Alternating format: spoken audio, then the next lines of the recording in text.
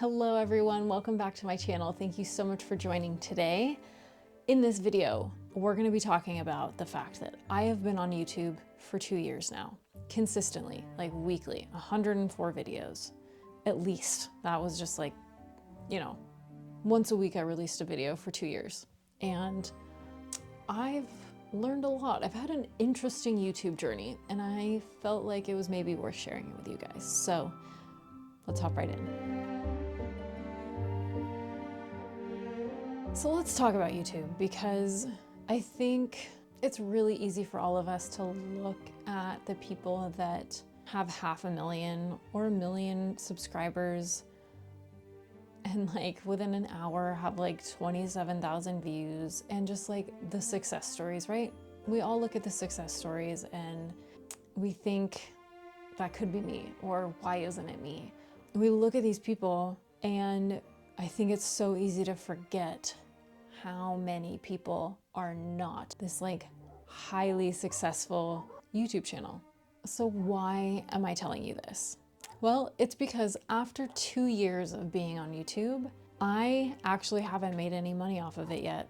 And I have to say that that's a little disappointing, only because I feel like I've put a lot of effort into it. Are there things that I could do better? Yes, undoubtedly. It's not YouTube's fault. It's my fault for not hitting the algorithm. But I don't know, sometimes too, I just think that that is maybe the more common thing that happens to people. And it is a little disappointing. Now, with that, I do have to say that I've grown a really cool community. I really love the subscribers that I have. It is growing slowly. It's just not, it's not that like viral growth that so many people hope for, and that maybe even I hoped for at one point. Though I did reach finally the first level of monetization, I'm just waiting for the watch hours to be able to actually make AdSense, and the first like 4,000 subscribers you get, I think, is the hardest. And then, well, every step has its difficulties, but I do think that that initial monetization is quite challenging, especially for art channels, because we're very niche. Not everyone, it feels like, watching all of it. It's not like a finance channel where like you want every single detail of like what they say. It's just, it's a little bit different and it's very niche. And I think it can be hard to reach that first level of monetization, and it's still so cool. I think at this point I have like 3,500 subscribers when I'm filming this, and that's still super cool. Like, that's good growth. It's consistent, slow growth. And who knows, maybe that's better. And I know that there are a lot of YouTubers that have been doing this for like 9 years. And so when you think of it in that realm, like, I've only been doing it for 2 years. So it is just kind of something that you have to stick with. Anyways, so I'm kind of going on a tangent, but YouTube can be disappointing. And I am a little bit disappointed that I didn't get more growth, but I'm also really grateful for the growth and reach that I have had, because I have met a lot of cool people. I have a lot of great subscribers. I have a lot of wonderful people on my Patreon, and that's growing. So it's all really promising. It's just not viral growth. And I think that's really important for people to see and understand, that like not everyone's journey is viral growth. I think that's actually the reality of most people's experiences, which is why I wanted to share that. And I feel like I've worked hard. I've worked hard to go viral, but for whatever reason, we could spend, tons of time analyzing why I haven't, but nevertheless, I haven't. And that's just the fact up until this point. Now, with that said, I still think YouTube is so fun, and I'm so grateful for the opportunity to be able to be on a platform like this and share this. And if it does happen to go viral, if I do happen to reach a lot of people, if my channel does grow, like, that's wonderful. And at the base of it all, I still love what I'm doing, and I still love making videos. I still love sharing my journey and giving business advice and letting you guys learn along with me, and like, yeah, share anything that I've learned and have it be beneficial to you, and like share beautiful art, all these things. I'm so grateful for it. it definitely inspires me and keeps me showing up and pushing my boundaries. And for that alone, I love YouTube. I've talked about this before, but one of my favorite things is these end of the year videos, because I get to go and look back on all this footage and to just see the growth that I have had in a year and things that have changed from like the beginning of the year to the end of the year. I don't know, I wouldn't see it if it wasn't for YouTube, because I think it can be such slow, steady growth. And like, because you're living it, it doesn't feel dramatic.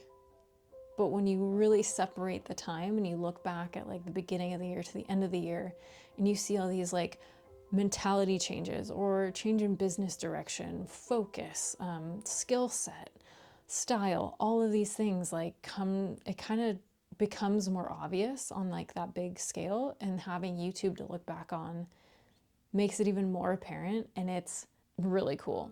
So for that alone, I've fallen in love with documenting the process, because it's just such a cool journey to look back on. And especially for kind of a high performer like me, who maybe always thinks that there's like one step better.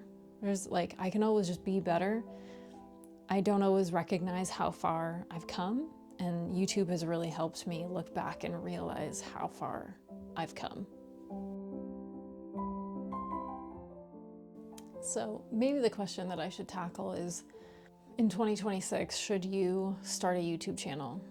I kind of have mixed emotions about that. I think if it's something that you really want to do, 1000% yes, start a YouTube channel.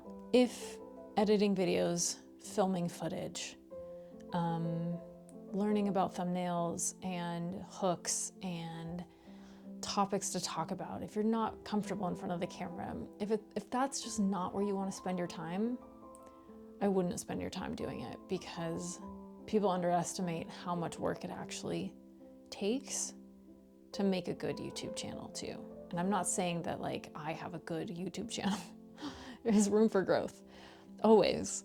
But from someone that's done it for 2 years, I can tell you that like whatever category of YouTube channel you put me in, it's still a lot of work. Now, everything that I've just talked about, like the benefits of it, if that's something that you're interested in and you like love, yes, YouTube is so cool.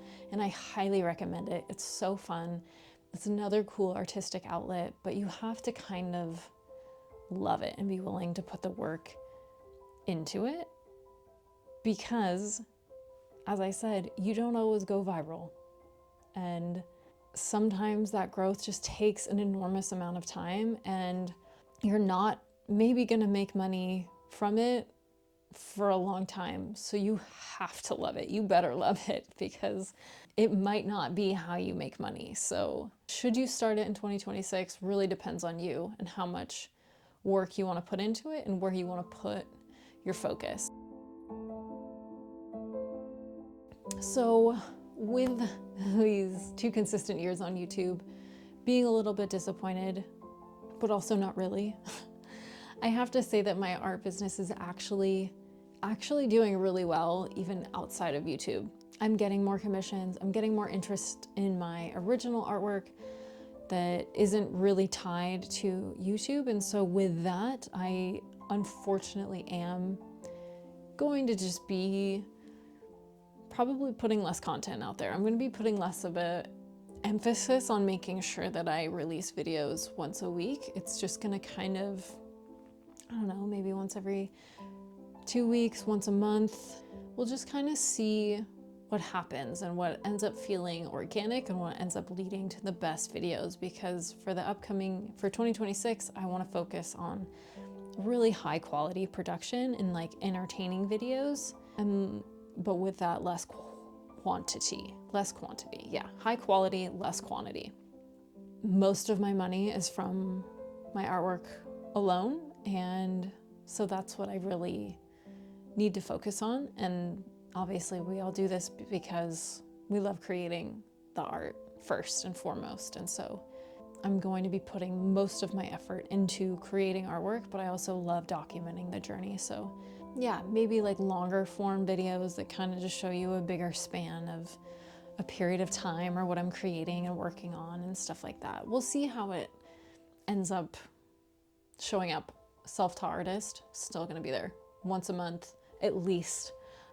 Those videos are gonna be coming out because I love that, and I think you guys are really enjoying that. So, but yeah, just kind of redirecting my focus to original and commissioned artwork, Patreon, and then YouTube is probably gonna be third priority, just because the other avenues are people directly paying me for a service, and so they get priority. With that, of course, I'm always here if you have questions, comments, concerns, you like have artistic questions. I'm still gonna be here with like the self-taught artist exercises and teaching and stuff like that. So I'm not leaving by any means, but it's just gonna look a little bit different, and you're probably gonna see a little bit less of me unless you're on Patreon, in which case you'll probably see a lot of me. So again, feel free, like please in the comments, tell me what you're interested in learning, what you're interested in seeing.